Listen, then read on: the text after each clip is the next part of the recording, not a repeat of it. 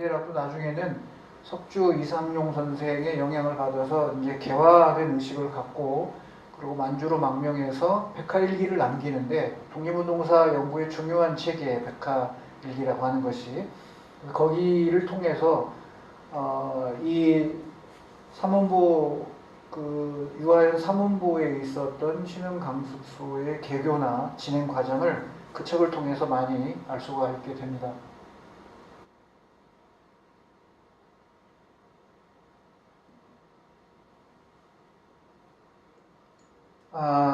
이제 제4권에서는 대지진, 제5권 어둠 저편의 새벽 이어지면서 만주에 있던 송수익이 공원 스님을 통해서 신세호에게 송중원인 자기 큰아들과 신세호의 딸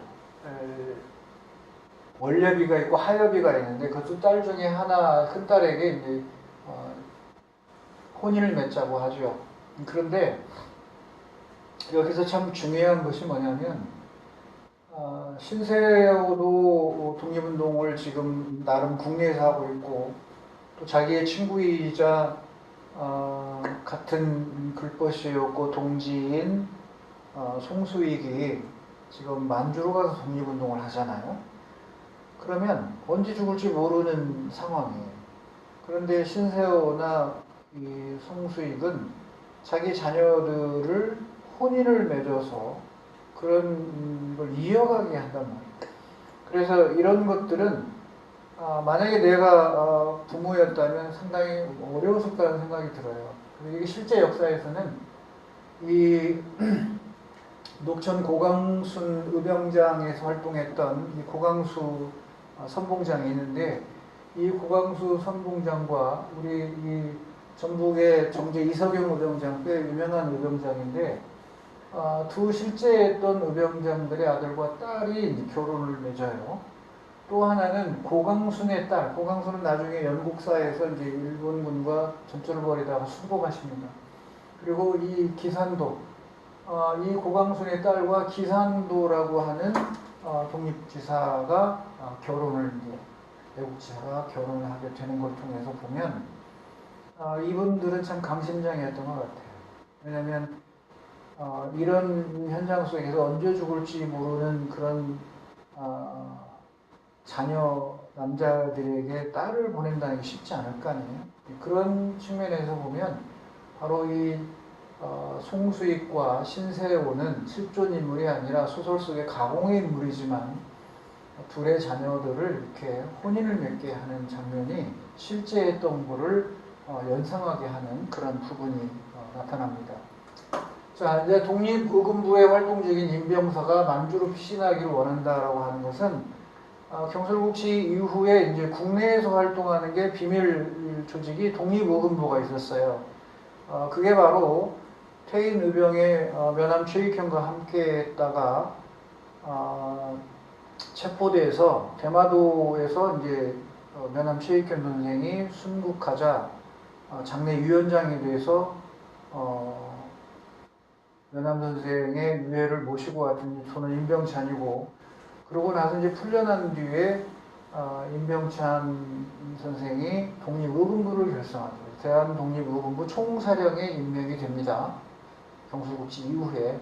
그래서 이들이 벌인 활동이 바로 독립의금부인데 이 독립의금부 활동은 복벽주의예요. 그렇기 때문에 송수익 입장이나 공화정을 추구했던 사람들 입장에서는 마음에 들지 않는 부분입니다. 그런 측면에서 이 독립의금부 활동하다가 만주로 피신하려고 하는 임병서가 역시 또 김제의 항교에서 만나게 되죠. 김제의 항교를 작가가 자꾸 지식인들의 만남으로 쓰고자 하는 이유가 분명하게 있어요. 어쨌든 그 임병서가 만주로 피신하기를 원한다고 하면서 공허와 만난 뒤에 거기에 이제 신세호도 있었고 그런 장면에서 고자세를 취하거나 공허 스님을 땡중으로 인식하면서 약간 무시한 듯한 이런 고답적인 보수적인 입장을 보이니까 치열하게 거기서 논쟁을 벌이죠. 어쨌든 이 양치성이라고 하는 밀정 중에 밀정, 가장 악랄한 밀정이 이제 소설 아리랑에서는 양치성이에요. 그래서 이 양치성이 끝까지 밀정으로서 악랄한 짓을 하게 되죠. 그래서 일제강점기에 이 밀정들이 얼마나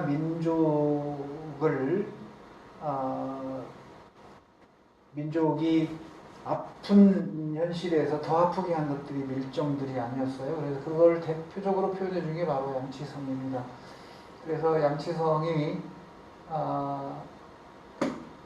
죽었다고 알려진 송수익을 끝까지 추적해서 이제 살아있다는 걸 알게 되고, 결국은 그게 밝혀지면서 송수익의 이 집안을 고문을 가하게 만들게 하는 장본인이 양치성이죠.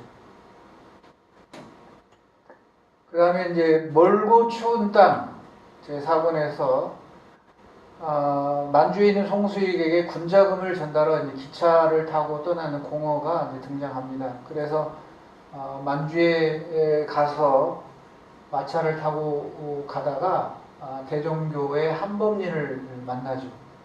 그래서 이 대종교라고 하는 사상을 공허 스님이 만나게 되어 접하게 됩니다.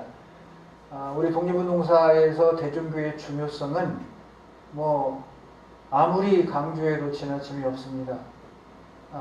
1909년 홍암 나철 선생이 이 대종교를 창시한 뒤에 바로 이 만주로 옮겨가서 만주 연변조선족 자치주 지금 화룡의 청파우 원덕에 그분들의 이 묘역이 있는데, 그곳이 이제 총본산이 됐어요, 화룡이. 어쨌든 이 대종교가 소설 아리랑 속에서는 중요한 역할을 하는 걸로 묘사가 되는데, 그건 실제 역사에서 이 북간도, 서간도에서 북간도로 옮겨간 이 대종교, 그리고 나중에는 이제 영안으로 옮겨가서 끝내 지켜내게 됩니다.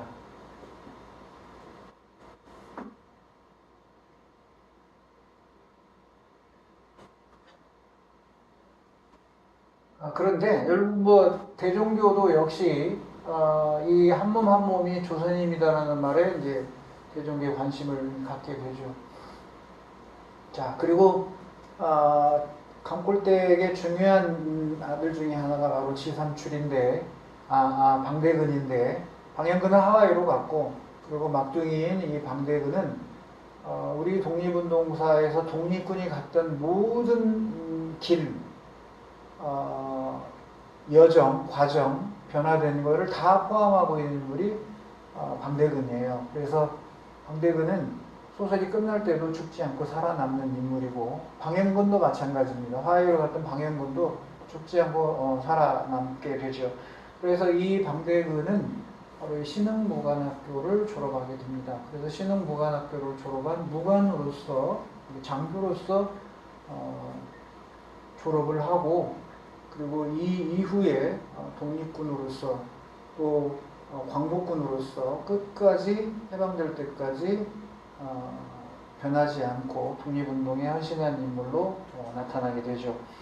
이때 이제 송수익이 이 신흥무관학교를 졸업한 방대근과 함께 졸업생들에게 공화정이라고 하는 것의 중요성을 얘기합니다. 왜냐하면 이 시기는 이미 이제 공산주의라고 하는 사상이 퍼져나갔어요. 왜냐하면 그런 공산주의 사상이 이제 퍼져나가니까 그거에 경도되니까 대종교로 많이 안 가고, 또 공화정이라는 인식을 잘 하지 못하니까 송수익이 이 무관학교 출신들에게 공화정의 중요성을 많이 전파하고, 거기에 이 방대근이 부합되는 언행이나 행동을 하면서 기특해하고 대견해하죠.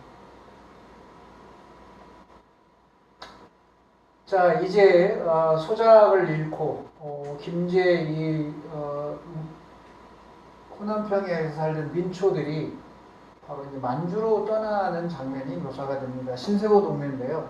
제가 신세호 동네가 어디 동네인지를 못 찾았어요. 다시 한번 정밀하게 읽어서 찾아볼 수 있겠는데, 신세호 동네는 특정하지 않은 것 같아요. 동네 이름을. 어쨌든 신세호 동네에서 소작을 뗀 4가구가 만주로 떠나갑니다. 그래서 당산나무 아래에서 이제 흙을 한 주먹씩 신세호가 건네주죠.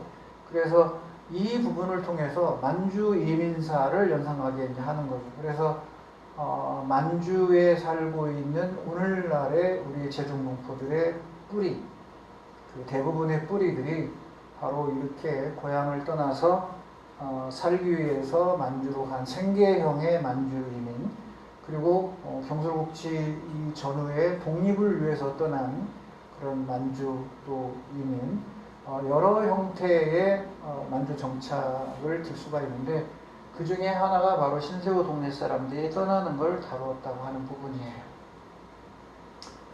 자, 여기는 이제 신흥보관학교의 지역별 분포인데 첫 번째 사진은 고산자예요. 고산자 보관학교 자리고 그 다음에 여기는 지금 하나, 둘, 세 개는 다 뭐냐면 광화진에 있는 합리하, 요 뒤에 보이는 두 번째 사진에 보이는 이 강이 합리하인데 이 합리하변 요 산 뒤입니다. 요 산 뒤가 여기인데 요 같은 배경지예요. 그래서 이곳에 이제 보관학교를 찾아가서 제가 안내하는 장면이고 그 다음에 송수익의 아들의 큰아들이 송중원이고 둘째가 송가원인데 역시 이들도 아버지 송수익을 따라서 독립운동으로 물론 이제 송중원은 이제 사회주의 계열의 성향이 좀 나타나죠. 그래서 당시의 지식인들이 사회주의 사상에 많이 경도되는 게 사실이기 때문에 그런 측면에서 큰아들 송중원도 역시 독립운동으로 풀어가게 됩니다. 제 유권 회율의 바람은 잠시 쉬었다 하겠습니다.